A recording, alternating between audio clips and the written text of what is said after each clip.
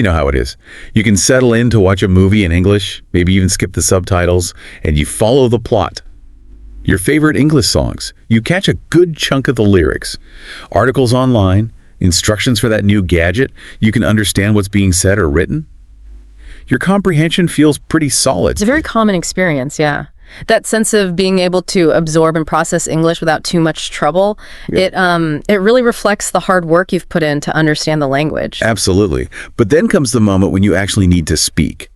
Someone asks you a question, you want to share an opinion, order a coffee just the way you like it, and suddenly it's like your brain is wading through, treacle. The words you know are just out of reach. You stumble, you hesitate, maybe your grammar takes a vacation, or that perfect word is just on the tip of your tongue but won't quite surface. It can be incredibly frustrating, leaving you wondering, why can I understand so much, but speaking feels like such a struggle? That frustration is completely understandable, and it's a challenge faced by countless language learners. It's often called the comprehension production gap, and today we're diving deep into what we're calling the speaking gap. Exactly. And this isn't just going to be a quick pep talk telling you to just speak more. We're going to really unpack this. We'll explore the underlying reasons for this gap. And trust me, it's more than just, a lack of vocabulary. Right. We'll touch on how our brains process language differently when we're understanding versus producing it.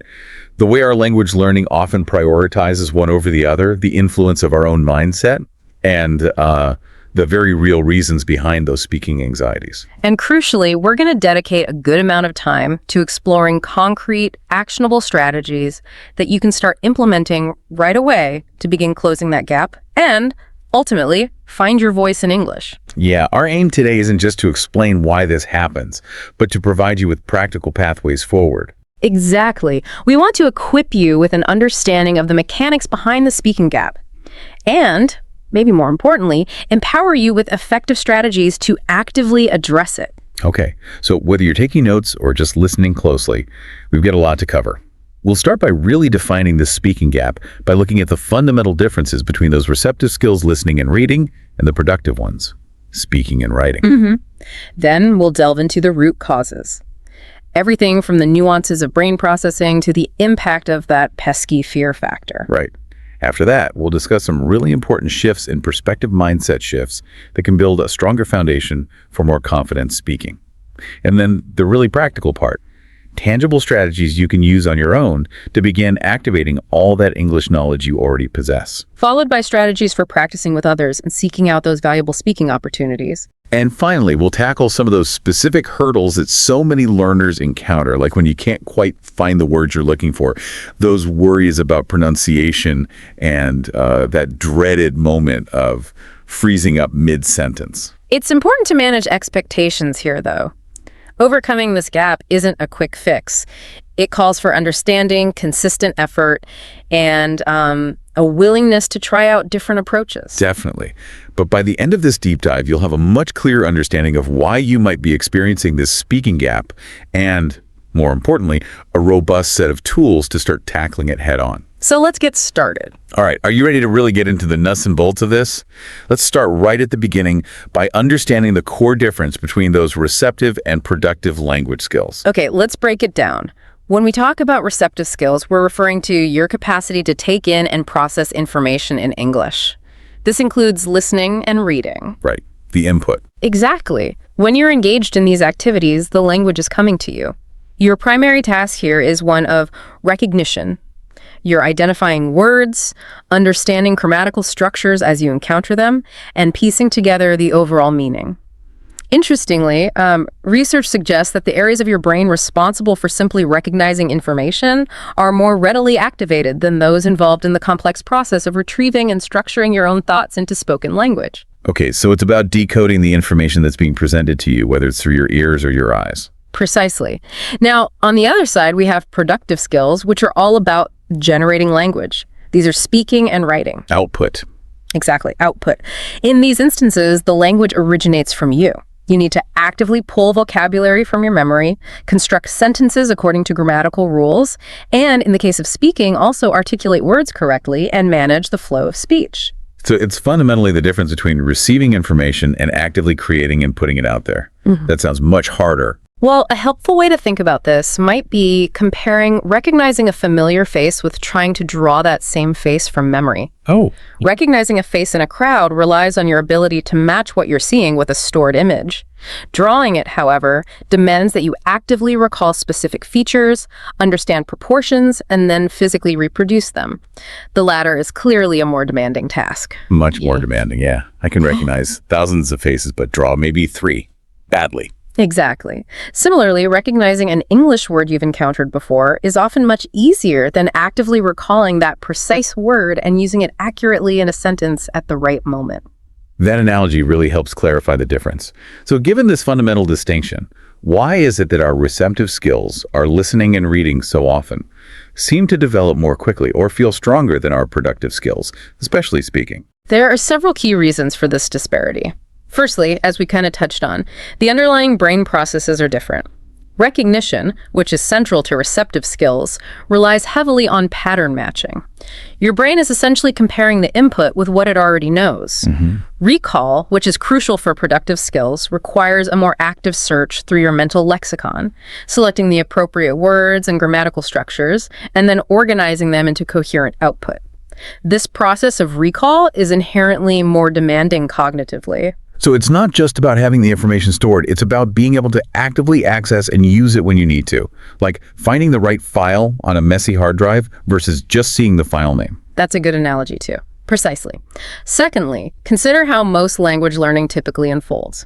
A significant portion of learning, particularly in formal educational settings or through self-study, involves receptive input. Right, lots of reading and listening. We spend a lot of time listening to teachers or audio recordings, watching videos, reading textbooks and articles. This constant exposure builds our understanding, our receptive knowledge base. However, the time we actively spend producing English, especially speaking, is often considerably less. Yeah, you don't often get assigned speak for an hour as homework. Exactly. It's like focusing heavily on developing one set of muscles in your body while largely ignoring others. One set becomes strong, while the other remains comparatively weaker. Your understanding muscles get a regular workout, but your speaking muscles don't. That's a really clear way to put it. We're constantly feeding our understanding, but not necessarily practicing the output. Precisely. And this leads to another point, the nature of the input we receive. The English we typically hear and read is often polished and correct. Whether it's a news report, a well-produced deep dive like this one, or a carefully edited article, it's generally grammatically accurate and spoken fluently by native or highly proficient speakers. Right, it sounds effortless. Exactly. So when our own attempts at speaking, especially in the beginning, are hesitant and imperfect, it's easy to make discouraging comparisons. We're comparing our raw initial output to a finished, refined product. That makes perfect sense. It's like comparing your first attempt at baking a complex cake to one made by a professional pastry chef. You're bound to feel inadequate. Precisely. Okay. And then there are the lower stakes associated with comprehension errors. If you slightly misunderstand something while listening or reading, often you can still grasp the main idea from the context. The consequences of a minor misunderstanding are usually minimal. Yeah, you might miss a detail, but the world doesn't end. Right. However, when you make an error while speaking, it feels much more exposed. You might worry about not being understood, about being judged, or about looking foolish. And that brings us to what is probably a huge factor for many people, that feeling of fear. Absolutely. The fear factor is a significant barrier to speaking for many language learners. This can manifest in several ways. There's the fear of making grammatical errors or using the wrong word. This fear of imperfection can be paralyzing. Definitely. Then there's the fear of judgment, worrying about what others, especially native speakers, might think of your English. The fear of not being understood is another big one. The anxiety that your message won't get across. And finally, there's the fear of freezing up, of your mind going completely blank. Which, ironically, the fear itself can make it more likely to happen. Exactly. It creates this really negative cycle, doesn't it? You're afraid to speak, so you avoid speaking. Which means you don't get the practice you need. So your speaking doesn't improve. And that just reinforces your fear of speaking. Oh, Precisely. So as we can see, the speaking gap isn't simply a matter of not knowing enough vocabulary or grammar. It's a complex interplay of how our brains process language, our learning habits that tend to prioritize input over output, the nature of the language we're exposed to, and significant psychological barriers like fear and the perceived high stakes of making errors in spoken communication. Wow. Okay. Recognizing these underlying reasons is a crucial first step, though. It helps you understand that this is a common challenge and it's not just, a personal failing. Absolutely. And seeing that fear plays such a significant role naturally leads us to think about mindset. So let's explore some crucial shifts in how we think about language learning that can help us tackle this fear and build more confidence. Okay, so now that we have a better understanding of why this speaking gap exists, let's move on to something really important, our mindset. Because it seems like having the right attitude is crucial before we even start looking at specific strategies. You're absolutely right. Mindset forms the foundation upon which effective strategies can be built. Without the right perspective, even the best techniques might not be as effective. So let's discuss some crucial mindset shifts that are essential for becoming a more confident speaker. Okay, first up, embrace imperfection. Easier said than done, maybe. Perhaps, but yes, this is non-negotiable. You have to give yourself permission to make mistakes. Think of mistakes not as failures, but as invaluable learning opportunities. They are proof that you're actually trying, that you're stepping outside your comfort zone. That's a good way to frame it. Proof of effort. Exactly. Every single fluent speaker you admire, regardless of their native language, made countless mistakes on their journey. Instead of dwelling on errors, try to reframe them. Notice them if you can, maybe even jot them down to look at later, but in the moment, keep speaking. Don't let the fear of a mistake stop you from trying. That's so important. It's easy to get discouraged by mistakes, but they really are just part of the process. They are. And leading on from that is our next shift. Focus on communication, not perfection. What is the fundamental purpose of language? To communicate, right, to connect. Exactly. It's to connect with others, to share your thoughts and ideas, to get things done. When you're speaking, ask yourself, was my message understood? Even if your grammar wasn't flawless, even if you hesitated a little, if the other person understood your main point, that's a successful communication. Okay. Success equals understanding, not grammatical purity. Precisely. Aim for clarity and connection first. Grammatical perfection is a long-term goal, not the immediate objective of every single interaction. And it's worth remembering that even native speakers make minor grammatical errors or misspeak occasionally. We all do it. That's a good reminder. Yeah. We often hold ourselves to a higher standard than native speakers do, don't we? We do. Our third crucial mindset shift is to be patient and persistent. Bridging the speaking gap is a gradual process that requires consistent effort over time. It's not going to happen overnight or even in a few weeks. Right, no magic wand. No. So it's vital to celebrate the small victories. Maybe you successfully used a new phrase you learned. Maybe you managed to speak for a whole minute without freezing up. Maybe you understood a fast speaker a little better than before. Acknowledge and appreciate your progress, no matter how small it seems, and keep showing up. Consistency is absolutely key. Like any skill, really. Exactly. Think of it like learning any skill. Whether it's playing a musical instrument or learning a new sport, it requires regular practice and dedication. It's definitely a marathon, not a sprint. It is. Our fourth shift is to build confidence incrementally. Don't put pressure on yourself to suddenly become a completely confident speaker overnight. Confidence in speaking grows with positive experiences. Okay. Start by practicing in low-stakes situations where you feel less pressure. Maybe just ordering that coffee, like you mentioned earlier. Every time you attempt to speak, even if it's imperfect, and you navigate the situation successfully, which you almost always will, your confidence will get a little boost. Over time, these small boosts accumulate and lead to a significant increase in your overall confidence. So it's about creating those small wins to build momentum, little by little. Precisely. And finally, our fifth key mindset shift is to separate your identity from your English ability. How well you speak English is a skill you are developing. It is not a reflection of your intelligence, your capabilities, or your worth as a person. That's a really important point. It's easy to feel like your English ability reflects on you as a person, but it's just one skill among many. Exactly. You are intelligent and capable in your native language, and your journey to improve your English speaking is just that, a journey to acquire a new skill. Don't let temporary struggles with speaking define your self-worth. Okay, that's powerful. So take some time to really internalize these mindset shifts. Maybe even, like you said, jot them down, stick them somewhere visible. Yeah, that's a great idea. Remind yourself of them regularly. Cultivating this positive and growth-oriented mindset is just as important as the practical practice itself. It helps to remove those mental roadblocks that can prevent you from even attempting to speak in the first place. All right, so with our minds hopefully in a more positive and resilient place. Hopefully. Let's get into some concrete strategies. What are some actionable techniques that you can do, even on your own, to start bridging this speaking gap and activating all that passive English knowledge you've built up? Okay, great.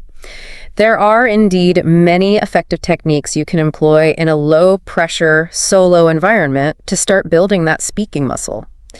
These strategies focus on actively engaging with the language you already know in a productive way. Let's start with something fundamental.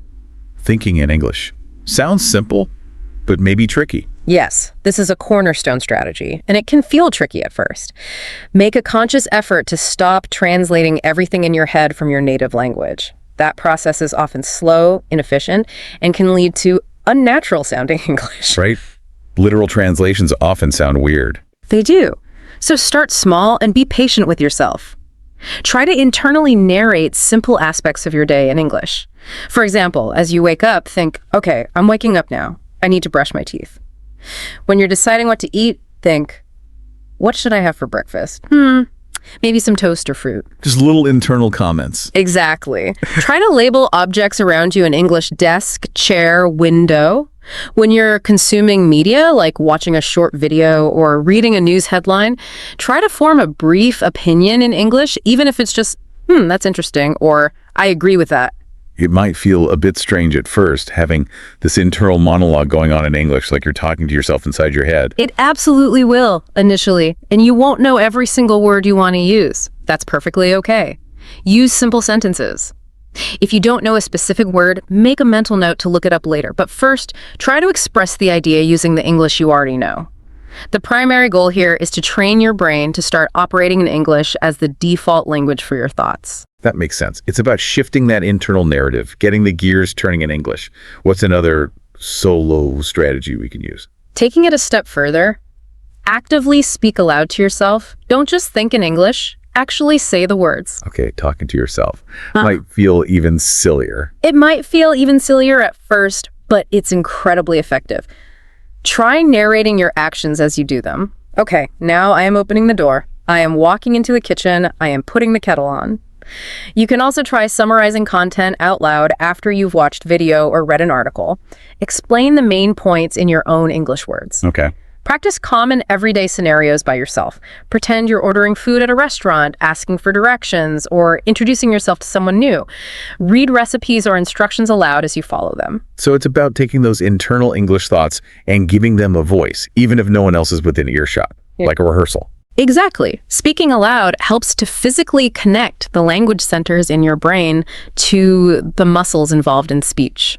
Your breath, your mouth, your vocal cords. It also allows you to hear your own pronunciation and rhythm, which is crucial for improvement. You become your own first listener. Okay, that makes sense. What about something like shadowing? I've heard that mentioned before, but I'm not totally clear on what it involves. Shadowing is a very powerful technique. Basically, you find audio or video of native English speakers talking at a natural pace. This could be interviews, podcasts, TED Talks, or even scenes from movies or TV shows. Right. You listen to a short phrase or sentence, and then you immediately try to repeat it, mimicking exactly what you heard. Pay close attention to their pronunciation, intonation, the rise and fall of their voice, the rhythm of their speech, and where they put the stress on words. So you're essentially trying to be a human echo, copying everything. Precisely. It's not just about mimicking the sounds, though. It's also about internalizing the prosodic features of English. The melody and rhythm, which are often subconscious, but crucial for natural-sounding speech. Okay, so it's more than just pronunciation. Definitely. Start with short clips, maybe just a minute or two at a time. Don't worry too much about understanding every single word initially. The initial focus is on the sound and the flow of the language. If you find it helpful, you can use transcripts. Pause the audio after each short segment and repeat it as many times as you need to in order to match the original as closely as possible. And what are the benefits of doing this?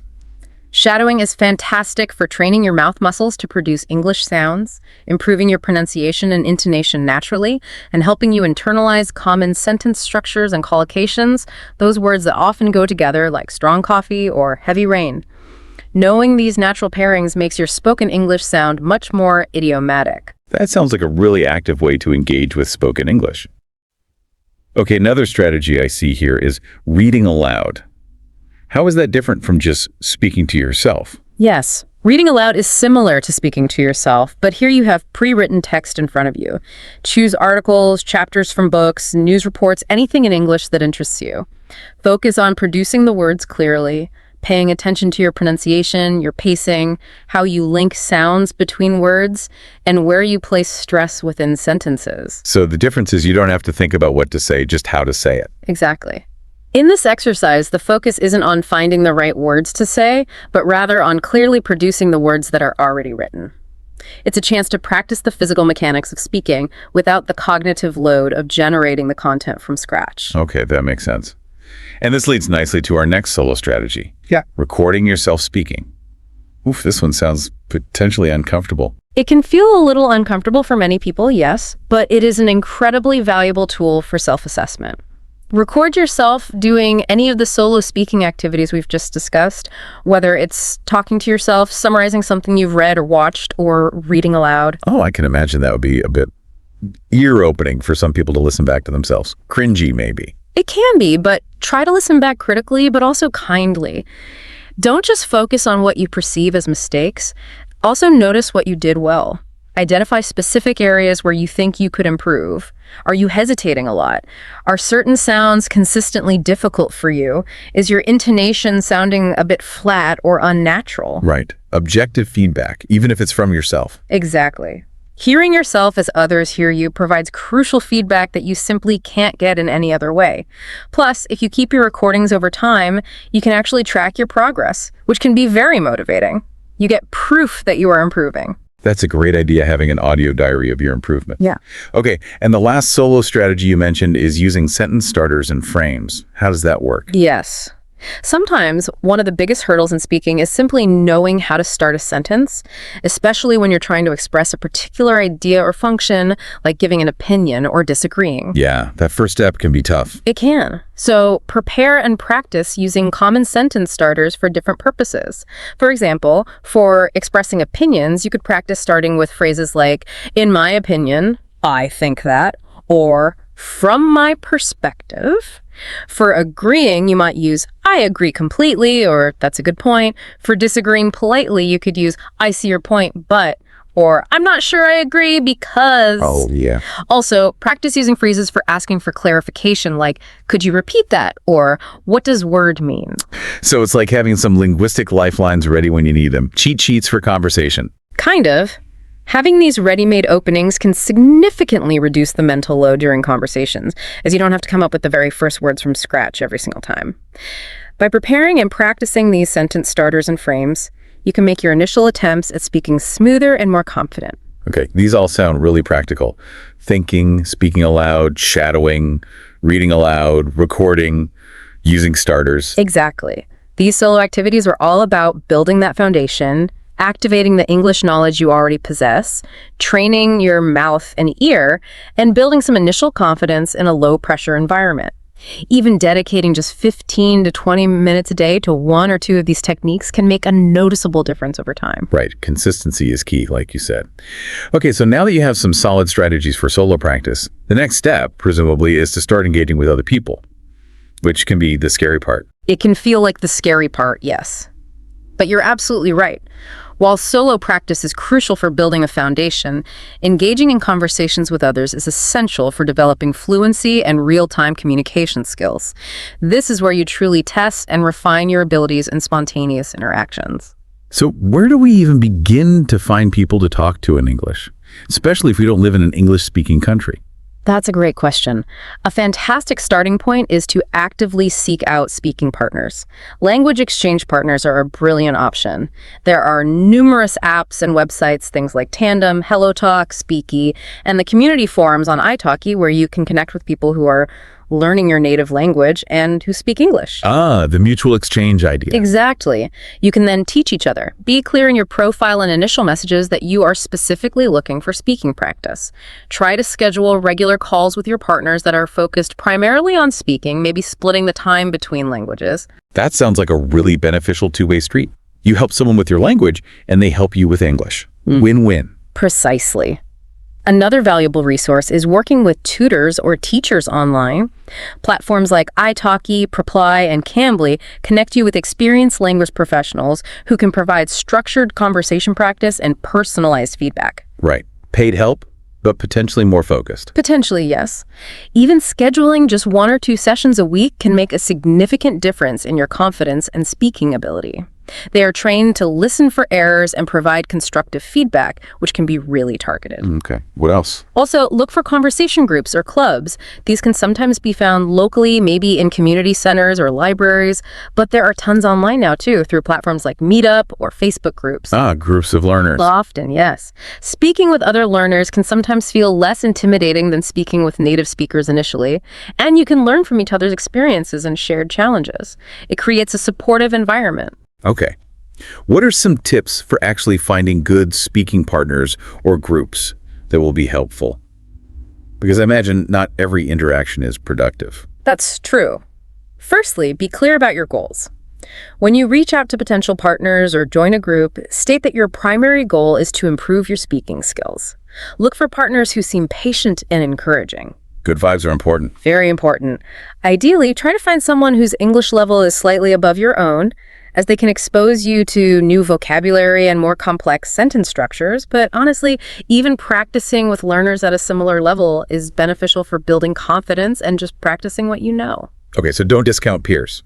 Definitely not. And don't be afraid to try talking to a few different partners or attending a few different groups until you find people and a dynamic that works well for you. It's okay if the first one isn't a perfect match. That makes sense. It's about finding the right learning environment and connection. Okay, what's next in terms of engaging with others? Preparing for conversations is helpful, but, and this is crucial, don't script them out word for word. Right. Avoid sounding like a robot reading a script. Exactly. Before you have a conversation with a partner or tutor, take a few minutes to think about potential topics you could discuss. What have you been doing recently? Is there any interesting news you've come across? Have you watched any good movies or read any interesting books? Jot down a few key vocabulary words or phrases related to these topics. Okay, some keywords. Yeah, maybe prepare 1 or 2 open-ended questions you could ask your conversation partner to keep the discussion flowing. The key here is to have some ideas and keywords ready to prompt you, but avoid writing out full sentences that you intend to read. The goal is to practice spontaneous conversation. So it's about having some kindling to start the fire of conversation without dictating exactly how it will burn. Having a map, not a pre-written speech. Exactly, a great analogy. Another way to get more speaking practice, especially structured practice, is to utilize language learning apps that have speaking features. Many popular apps now incorporate speech recognition technology. Like Duolingo or Babbel. Yes, apps like Duolingo, Babbel, and Memrise often have features where you can repeat phrases or answer questions verbally. Additionally, there are apps specifically focused on pronunciation, like eLessaySpeak, which can provide detailed feedback on your pronunciation of individual sounds and words. Okay, so tech can help too. Absolutely. While these aren't the same as real-time conversation with a human, they offer structured speaking practice and immediate feedback, which can be very valuable for building confidence and refining specific aspects of your speech. It's a good way to get some focused practice on your output and build confidence before jumping into a live conversation, maybe. Definitely. And don't underestimate the value of joining online communities related to your interests that communicate primarily in English. Oh, like forums or Discord. Exactly. If you're passionate about gaming, gardening, cooking, photography, whatever your hobby is, find online forums, Discord servers, or Facebook groups dedicated to that interest where the main language of communication is English. Okay. How does that help speaking? It's mostly written, isn't it? Well, you start by passively reading posts to get a feel for the language used in that specific context. Then try writing short comments. This is a good way to ease into active production in a less pressured environment. But many of these communities, especially on Discord, also have voice chat features. Okay. Voice channels. Exactly. Eventually, try participating in those. Talking about subjects you're genuinely interested in often makes it much easier and more motivating to find the words you need. Your passion fuels your communication.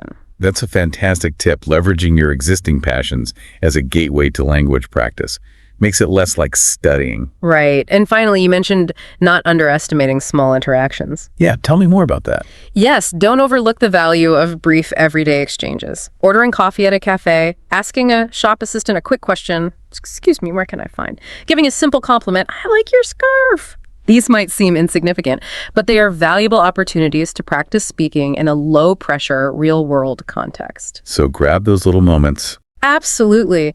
Don't shy away from these small interactions if you have the chance. Each one is a small victory that can help build your confidence over time.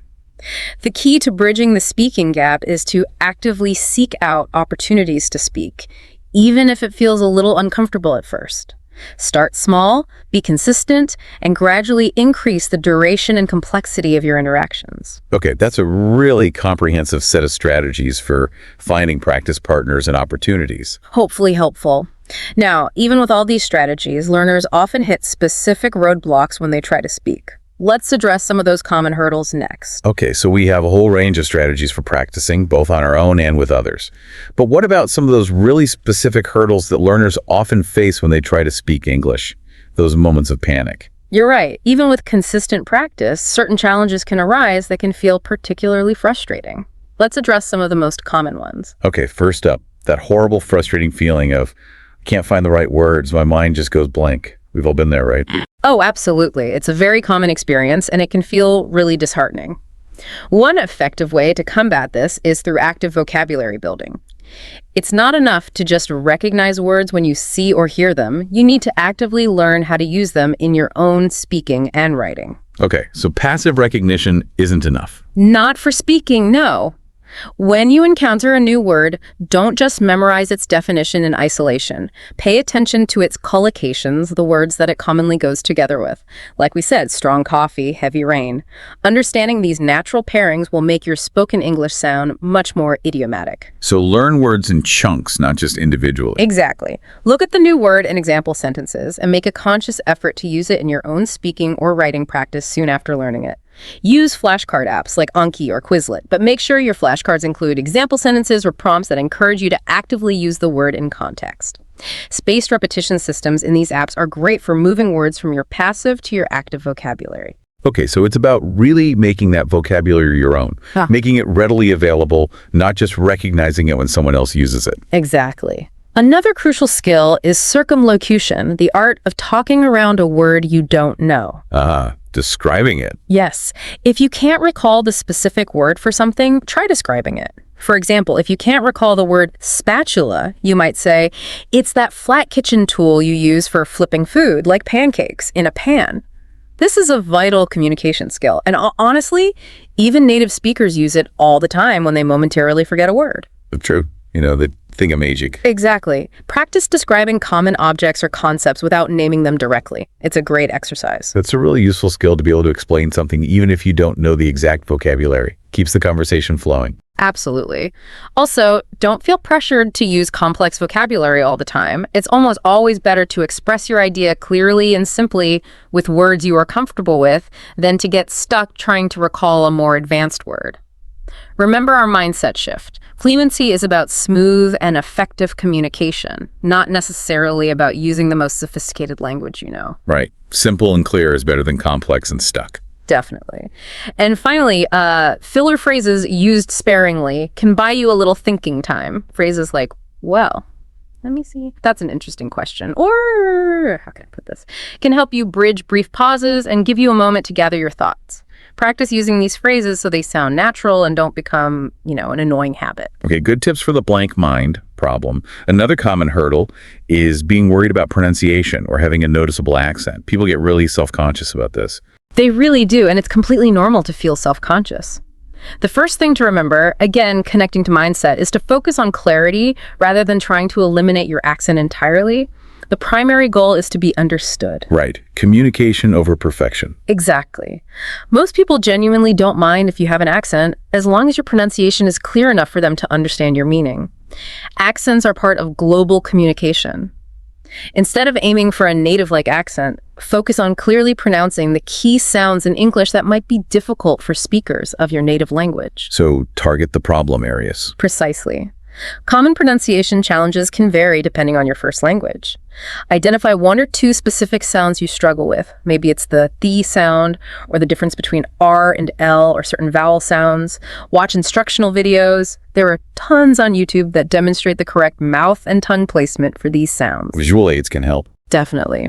Practice minimal pairs, words that differ by only one sound, like ship and sheep, or three and tree. This helps train your ear and mouth. Resources like pronunciation apps, LS Speak is a popular one, can give you specific feedback here. Okay, so it's about focusing your efforts on specific sounds that might be causing communication issues rather than trying to overhaul your entire way of speaking. Makes it less overwhelming. Exactly. Also, pay close attention to intonation and stress in English. The rhythm and melody of English are very important for sounding natural and being easily understood. Listen for sentence stress, which words in a sentence are emphasized, and the overall intonation patterns, like how your pitch rises at the end of some questions but falls in statements. That musicality of the language. Exactly. Shadowing, which we discussed earlier, is incredibly helpful for developing a better feel for English intonation and stress. And finally, remember that it's perfectly okay to slow down your speaking. Seriously. Speaking too quickly often makes pronunciation errors more frequent and can lead to more stumbles.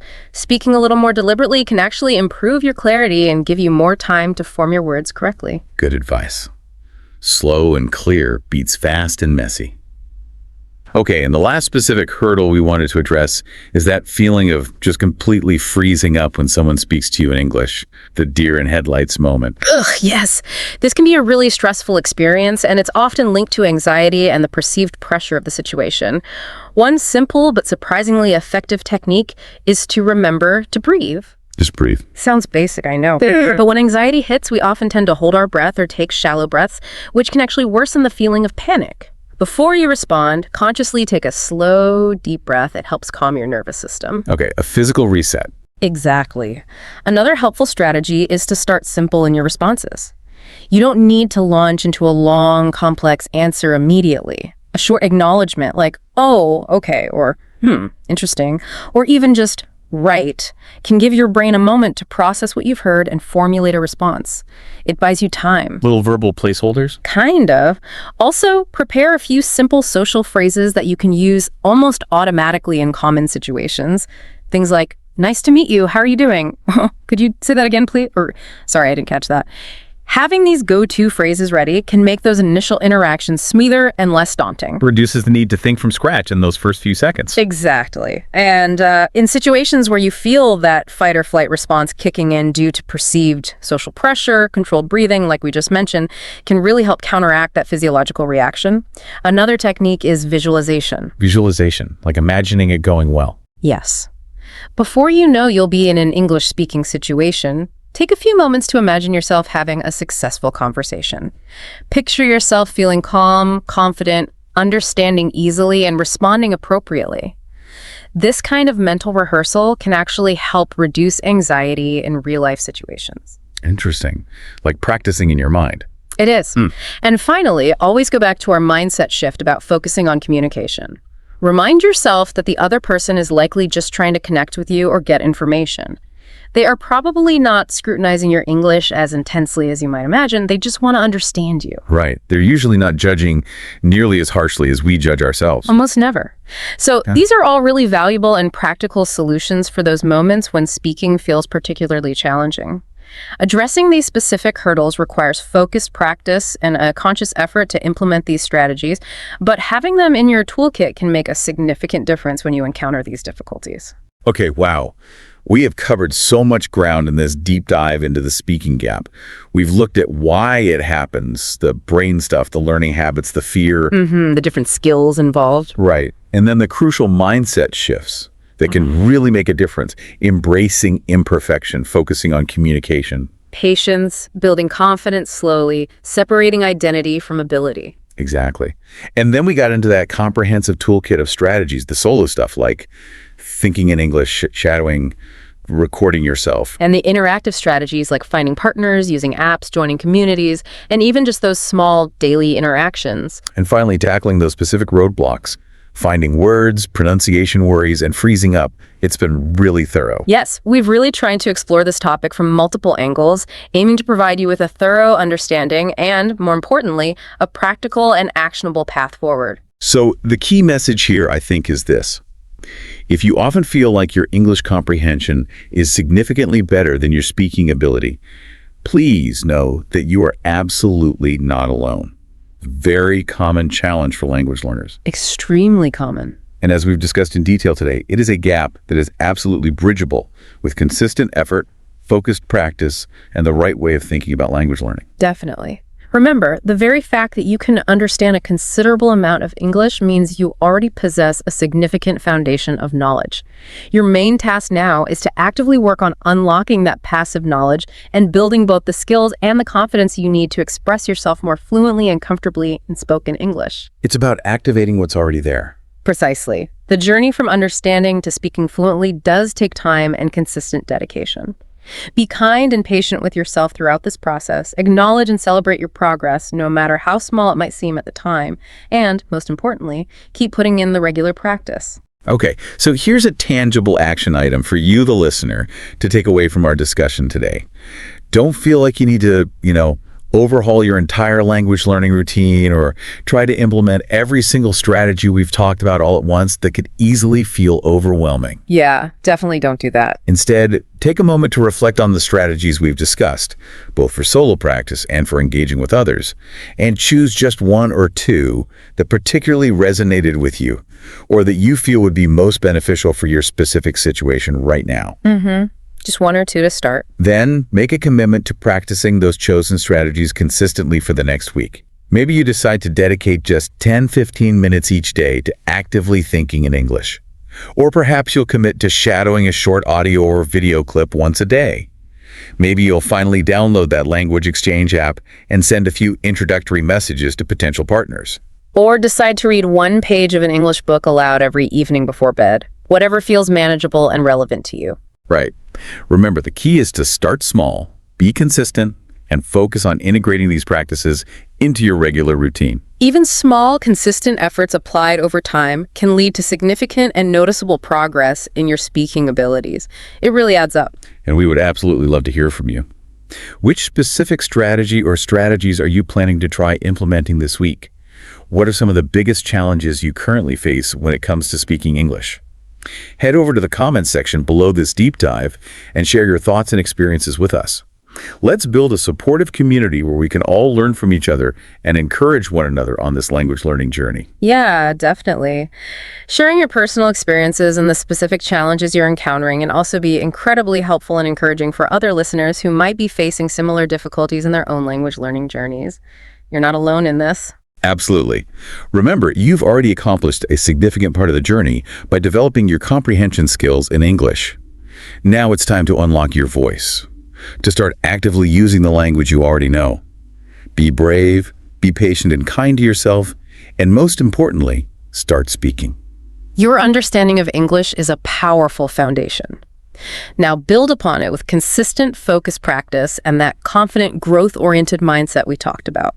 That brings us to the end of our deep dive into the speaking gap for today. Thank you so much for tuning in and spending this valuable learning time with us. If you found the insights and strategies we shared today to be helpful, please consider subscribing to The Deep Dive so you don't miss out on future explorations of fascinating topics. And we would also be incredibly grateful if you could take a moment to leave us a rating or a review on your preferred podcast platform. Your feedback really helps others discover our show. And please feel free to share this deep dive with anyone you know who might be experiencing this same challenge in their English language learning journey. Spread the word. We sincerely hope that this deep dive has provided you with valuable insights into the nature of the speaking gap and, more importantly, has equipped you with a set of practical and actionable strategies that you can begin using right away. Remember that learning a language is a continuous journey of growth and discovery. And every step you take, no matter how small it may seem at the time, moves you closer to achieving your language learning goals. Keep practicing, keep learning, and we look forward to having you join us again next time for another insightful deep dive into something fascinating. Bye for now. Bye, everyone. Keep at it.